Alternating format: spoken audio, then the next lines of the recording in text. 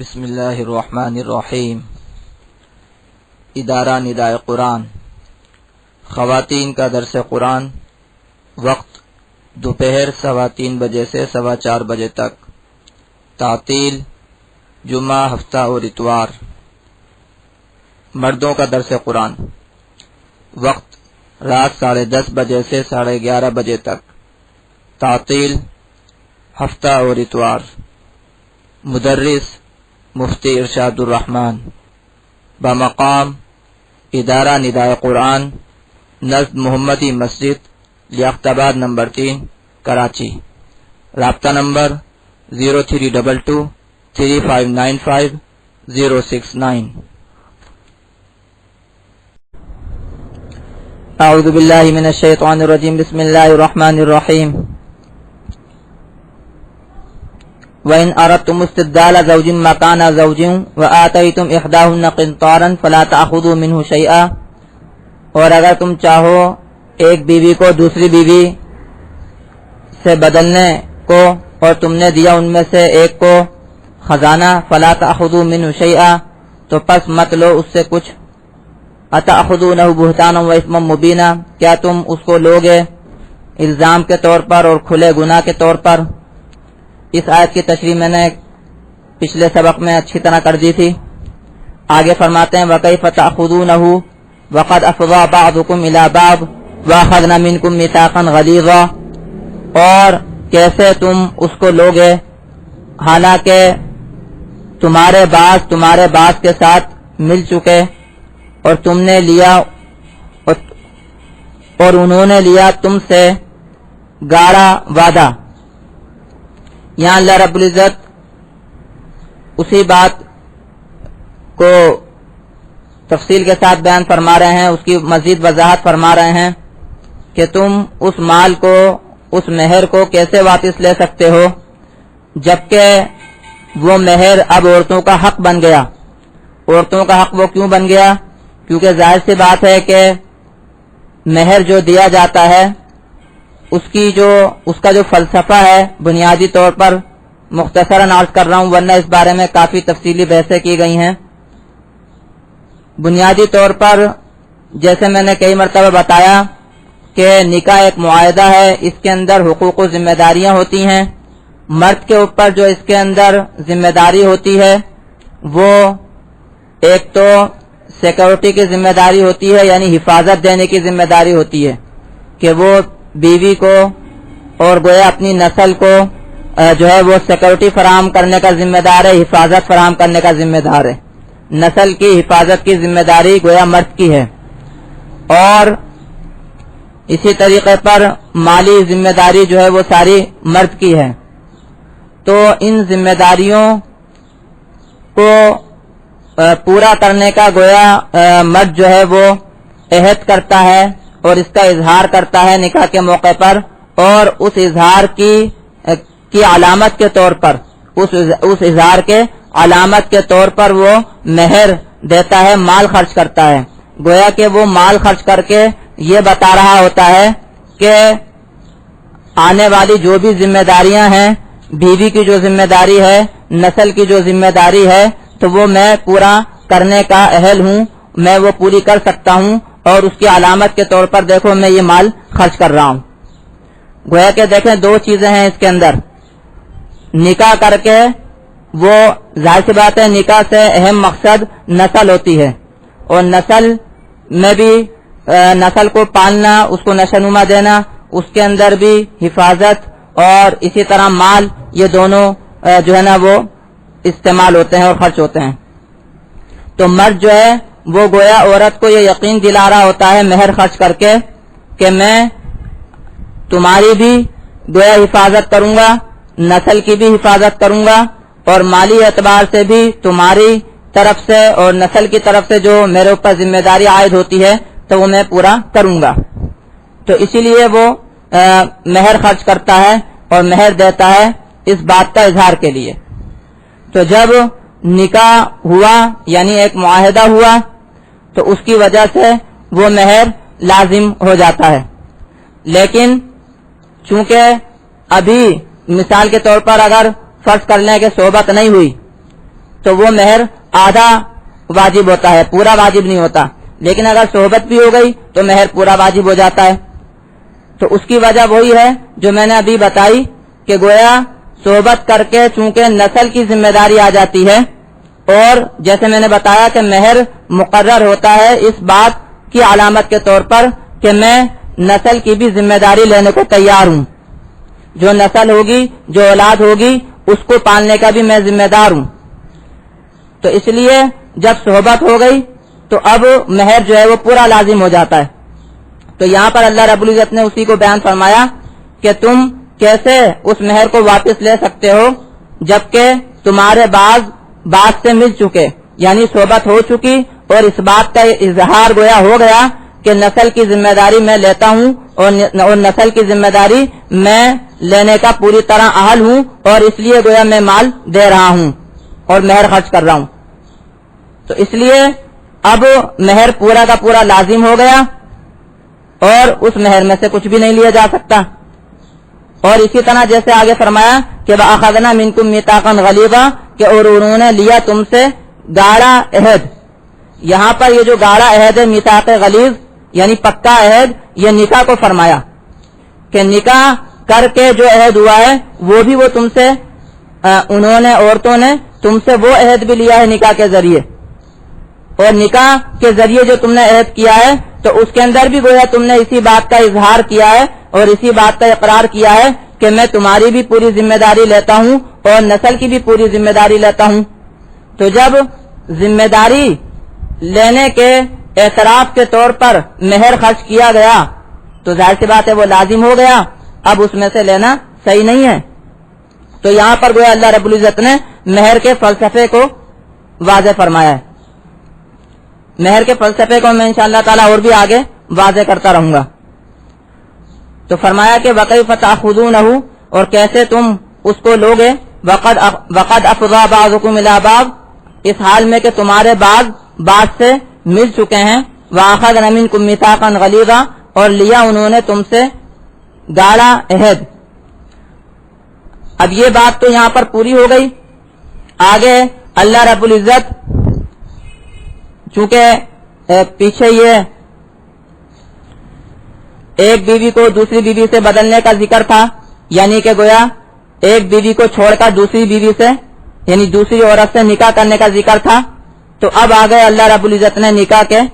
مسائل ذکر فرمائے ہیں، نکاح کے احکامات ذکر فرمائے ہیں. تو اس میں سے پہلے تو وہ مسئلہ ذکر کیا ہے جو کہ نہ کرنے کا ہے، اور زمانہ جاہلیت میں اس کا دستور تھا. زمانہ جاہلیت میں جس عورت سے باپ نے نکاح کیا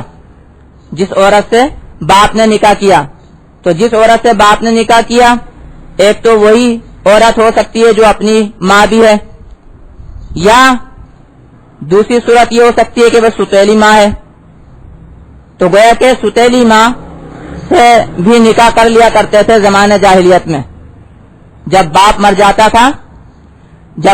جاتا تھا تو ستیلی ماں سے بھی نکاح کر لیا کرتے تھے. تو اللہ رب العزت نے اس نکاح سے منع فرمایا اور فرمایا کہ یہ اللہ رب العزت کی ناراضگی کا ذریعہ ہے اور یہ بے حیائی ہے. فرمایا کہ وَلَا تَنْكِحُوا مَا نَكَحَ آبَاؤُكُم مِّنَ النِّسَاءِ اور نکاح مت کرو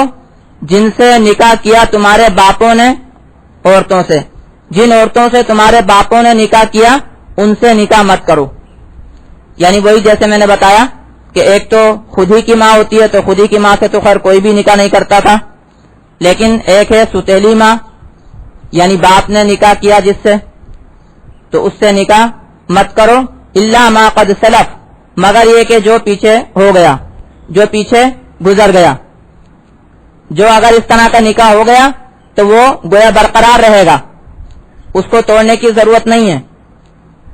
لیکن آئندہ اس طریقے سے کرنے سے منع فرما دیا. وجہ بیان فرما رہے ہیں انہو کان فاحشۃ ومقتا بے شک یہ بے حیائی ہے اور ناراضگی ہے. یعنی اللہ رب العزت کی جانب سے اس میں غصہ ہوتا ہے اور ناراضگی ہوتی ہے، اور یہ بے حیائی ہے. اپنے باپ کی ماں جو ہے وہ قابل احترام ہے. باپ کی ماں جو ہے یعنی سوتیلی ماں وہ بھی قابل احترام ہے, اور قابل احترام ہونے کی حیثیت سے وہ بیوی نہیں ہو سکتی, کیونکہ آپ کو پتا ہے بیوی کے ساتھ تو بہت سے حقوق و ذمہ داریاں کے معاملات ہوتے ہیں, جن میں بعض معاملات ایسے بھی ہوتے ہیں جس کے اندر احترام جو ایک ماں کا احترام ہوتا ہے وہ احترام اس میں ملحوظ نہیں ہوتا. جو احترام ماں کے ساتھ ہونا چاہیے وہ احترام بیوی کے ساتھ نہیں ہوتا. بیوی کے ساتھ پیار محبت ہوتی ہے, ماں والا احترام نہیں ہوتا. ہر ایک کے ساتھ رشتے کی نوعیت مختلف ہوتی ہے. تو فرمایا انہو کان فاحشۃ ومقتا, بے شک یہ بے حیائی ہے اور ناراضگی کا سبب ہے, اللہ رب العزت کی ناراضگی ہوتی ہے اس میں. وساء سبیلا, اور برا ہے راستے کے اعتبار سے, اس میں بری راہ پڑتی ہے. اور بھی اس کے اندر اس کی حکمت اور فلسفوں پر بحث کی جا سکتی ہے, لیکن یہ ہے کہ بس فی الحال اتنا ہی کافی ہے. آگے اللہ رب العزت نے چونکہ یہ وہ اس نکاح کا بیان فرمایا اور اس عورت کا بیان فرمایا جس سے نکاح نہیں ہو سکتا اور جس سے نکاح نہیں کرنا چاہیے اور جو کہ زمانے جاہلیت میں ہوتا تھا, تو آگے اللہ رب العزت نے اسی کی مناسبت سے اب یہاں پر ان عورتوں کا ذکر فرمایا کہ جن سے نکاح نہیں ہو سکتا. ابھی پیچھے بھی اللہ رب العزت نے وہی عورت بیان کی یعنی کہ سوتیلی ماں کہ جس سے نکاح نہیں کرنا چاہیے, اور آگے بھی اللہ رب العزت محرمات کا ذکر فرما رہے ہیں یعنی ان عورتوں کا ذکر فرما رہے ہیں کہ جن سے نکاح نہیں ہو سکتا, اللہ رب العزت نے حرام قرار دیا ہے. تو فرمایا کہ حرمت علیکم امہاتکم, اب دیکھیں یہاں سے ان عورتوں کا ذکر ہو رہا ہے کہ جن سے نکاح حرام ہے. آگے پھر آ رہا ہے کہ وَأُحِلَّ لَكُم مَّا وَرَاءَ ذَلِكُم, کہ ان کے علاوہ حلال ہیں, ان کے علاوہ حلال کی گئی ہیں. تو اس لیے یہاں پر اب دیکھ لیں کہ محرمات یعنی وہ عورتیں جن سے نکاح حرام کیا گیا ہے وہ کون سی ہیں. پردے کے مسائل میں بھی, پردے کے احکامات میں بھی یہی دیکھنا ہوتا ہے, کیونکہ جن عورتوں سے نکاح حرام ہے وہ عورتیں محرم کہلاتی ہیں, ان عورتوں سے پردہ نہیں ہوتا. جن عورتوں سے نکاح حلال ہوتا ہے, جائز ہوتا ہے, ان عورتوں سے یعنی ان عورتوں کو پردہ کرنا ہوتا ہے ان مردوں سے.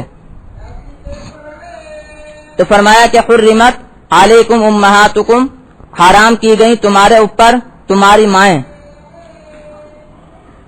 اور یہاں پر آپ ایک بات اور سمجھ لیں کہ حرام کا جیسے ایک معنی ہوتا ہے منع کرنا, اسی طرح ایک معنی احترام کا بھی ہوتا ہے, احترام کا بھی ہوتا ہے. تو گویا کہ یہ جو عورتیں حرام کی گئی ہیں نکاح کے سلسلے میں, یہ عورتیں قابل احترام ہوتی ہیں. تو فرمایا کہ حرمت علیکم امہاتکم, حرام کی گئی تمہارے اوپر تمہاری مائیں, و بناتکم, اور تمہاری بیٹیاں, و اخواتکم, اور تمہاری بہنیں, و عماتکم, اور تمہاری پھپھیاں, و خالاتکم, اور تمہاری خالائیں, و بنات الاخی, اور بھائی کی بیٹیاں, و بنات الاختی, اور بہن کی بیٹیاں, و امہاتکم اللتی ارضعنکم, اور تمہاری وہ مائیں جنہوں نے تم کو دودھ پلایا. رضائی ماں جس کو کہتے ہیں, وہ مائیں جنہوں نے تم کو دودھ پلایا. ایک تو حقیقی ماں ہے, اس کا تو پیچھے ذکر ہو گیا کہ حرمت علیکم امہاتکم, تمہاری مائیں تمہارے اوپر حرام کی گئیں. اور ایک وہ مائیں جنہوں نے تم کو دودھ پلایا, تو ان کو وہ بھی حرام کی گئی ہیں. اور اس سلسلے میں ابھی میں تشریح تھوڑی کرتا ہوں. آگے فرماتے ہیں وَأَخَوَاتُكُم مِّنَ الرَّضَاعَةِ, اور تمہاری بہنیں دودھ والی یعنی رضاعی بہنیں. ایک تو حقیقی بہنیں ہیں, ان کا ذکر پیچھے اوپر گزر گیا, وَأَخَوَاتُكُم, اور اسی طریقے پر رضاعی بہنیں. رضاعی بہنیں کون سی ہوں گی کہ مثال کے طور پر دو قسم کی ہو سکتی ہیں رضاعی بہنیں. ایک تو ایک عورت کا مثال کے طور پر ایک عورت کا دودھ پیا ایک لڑکے نے, اور ایک لڑکی نے، تو وہ دونوں لڑکا لڑکی آپس میں بھائی بہن ہو گئے، دودھ شریک بھائی بہن ہو گئے، رضائی بھائی بہن ہو گئے۔ اسی طریقے سے ایک اور بھی ہو سکتی ہیں بہنیں رضائی، وہ ماں کے اعتبار سے ہو سکتی ہیں، کہ جیسے ابھی گزرا کہ وہ مائیں تمہاری وہ مائیں جنہوں نے تم کو دودھ پلایا، تو اس ماں کی اگر کوئی اپنی بیٹی ہو، جس ماں نے کسی لڑکے کو دودھ پلایا، اس ماں کی جو اپنی بیٹی ہو تو وہ بیٹی بھی اس لڑکے کی بہن ہو جائے گی۔ تو فرمایا وَأَخَوَاتُكُم مِّنَ الرَّضَاعَةِ، اور تمہاری بہنیں دودھ شریک، وَأُمَّهَاتُ نِسَائِكُمْ، اور آگے فرماتے ہیں کہ تمہاری بیویوں کی مائیں یعنی ساس، تمہاری بیویوں کی مائیں یعنی ساس، اور وَرَبَائِبُكُمُ اللَّاتِي فِي حُجُورِكُم مِّن نِّسَائِكُمُ اللَّاتِي دَخَلْتُم بِهِنَّ، اور تمہاری بیویوں، یہ ربائب کہتے ہیں بیویوں کی اولاد، تمہاری بیویوں کی اولاد۔ اب یہ جو بیویوں کی اولاد ہوتی ہے، ایک تو وہ اولاد ہوتی ہے جو حقیقی اولاد ہو، اپنی بھی اولاد ہو، یہاں وہ مراد نہیں ہے، بلکہ بیویوں کی وہ اولاد جو کسی دوسرے شوہر سے ہو، پہلے شوہر سے ہو۔ اللاتی فی حجورکم، جو کہ تمہاری گود میں ہوں یعنی تمہاری پرورش میں ہوں، من نسائکم اللاتی دخلتم بہن، ان عورتوں سے کہ جن سے تم نے صحبت کی، فإن لم تکونوا دخلتم بہن فلا جناح علیکم، پس اگر تم نے صحبت نہیں کی ان سے تو پس کوئی گناہ نہیں ہے تمہارے اوپر۔ یعنی وہ بیویاں کہ جن سے تمہاری صحبت ہو چکی ہے، ان بیویوں کی جو اولاد ہے یعنی ان کی جو بیٹیاں ہیں، اگر وہ کسی دوسرے شوہر سے ہوں تو ان سے نکاح تمہارا حلال نہیں ہے، حرام ہے۔ اگر ان بیویوں سے صحبت نہیں ہوئی اور طلاق ہو گئی تو وہ جو ان کی بیٹیاں ہیں جو کہ دوسرے شوہر سے ہیں تو ان سے نکاح جائز ہے۔ تو اس کو دوبارہ دیکھیں، وَرَبَائِبُكُمُ اللَّاتِي فِي حُجُورِكُمْ، اور تمہاری بیویوں کی اولاد، اللاتی فی حجورکم، تمہاری بیویوں کی گویا اولاد یعنی کہ بیٹیاں، تمہاری بیوی کی بیٹیاں، اللاتی فی حجورکم، جو کہ تمہاری گود میں ہیں۔ یہاں یہ جو فرمایا کہ تمہاری گود میں ہے، کیونکہ ظاہر سی بات ہے کہ پہلے شوہر سے طلاق ہو گئی یا پہلے شوہر کا انتقال ہو گیا، تو اب وہ تمہاری گود میں آئی ہیں، تمہارے زیر کفالت آئی ہیں وہ بیٹیاں۔ من نسائکم اللاتی دخلتم بہن، ان عورتوں میں سے، ان بیویوں میں سے کہ جن سے تم نے صحبت کر لی، تو ان کی جو بیٹیاں ہیں جو وہ دوسرے شوہر سے لائی ہیں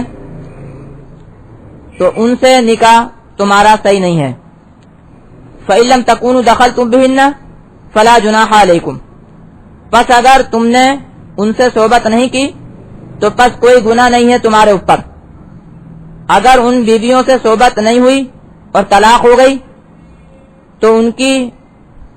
بیٹیاں جو پہلے شوہر سے تھیں ان سے نکاح جائز ہے۔ آگے فرماتے ہیں وَحَلَائِلُ أَبْنَائِكُمُ الَّذِينَ مِنْ أَصْلَابِكُمْ، اور تمہارے بیٹوں کی بیویاں، تمہارے وہ بیٹے جو تمہاری صلب سے ہیں، یعنی تمہارے حقیقی بیٹے، اور اسی طرح رضائی بیٹوں کا بھی یہی حکم ہے۔ یہاں یہ جو فرمایا کہ الذین من اصلابکم، جو تمہاری صلب سے ہوں یعنی تمہاری پشت سے ہوں، تو اس سے منہ بولے جو بیٹے ہیں ان کو علیحدہ کرنا مقصد ہے،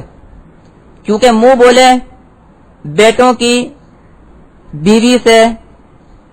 جب طلاق ہو جائے یا اس منہ بولے بیٹے کا انتقال ہو جائے تو اس کی بیوی سے نکاح جائز ہے۔ منہ بولے بیٹے کی بیوی سے نکاح جائز ہے اگر اس منہ بولے بیٹے نے طلاق دے دی یا اس منہ بولے بیٹے کا انتقال ہو گیا، جیسے حضور اقدس صلی اللہ علیہ وسلم نے نکاح فرمایا حضرت زینب سے، جو کہ نکاح میں تھیں حضرت زید رضی اللہ تعالیٰ عنہ کے، زید بن حارثہ، جو کہ حضور صلی اللہ علیہ وسلم کے منہ بولے بیٹے تھے، آزاد کردہ غلام تھے، منہ بولے بیٹے تھے۔ جب انہوں نے طلاق دے دی حضرت زینب رضی اللہ تعالیٰ عنہ کو، تو قرآن میں تفصیلی طور پر اس کا بیان آگے آئے گا کہ حضور اقدس صلی اللہ علیہ وسلم سے اللہ رب العزت نے ان کا نکاح کرا دیا۔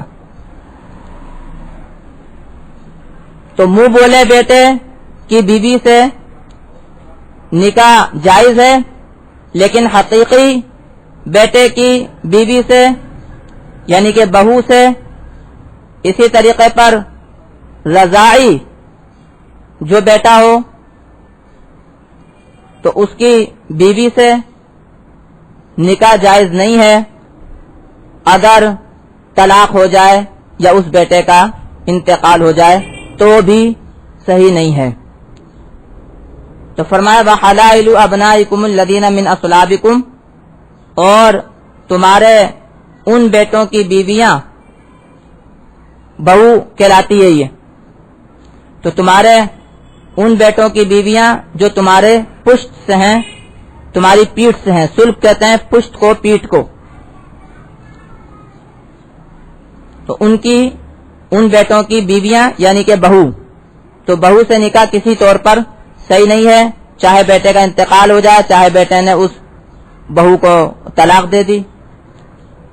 فرمایا وَأَن تَجْمَعُوا بَيْنَ الْأُخْتَيْنِ إِلَّا مَا قَدْ سَلَفَ، اور اسی طرح یہ بھی حرام کیا گیا ہے کہ تم جمع کرو دو بہنوں کو، إِلَّا مَا قَدْ سَلَفَ، مگر جو پیچھے گزر چکا۔ دو بہنوں کو نکاح میں جمع کرنا اس کو بھی حرام قرار دیا گیا۔ جمع کرنا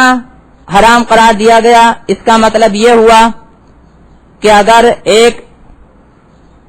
بہن کو طلاق دے دی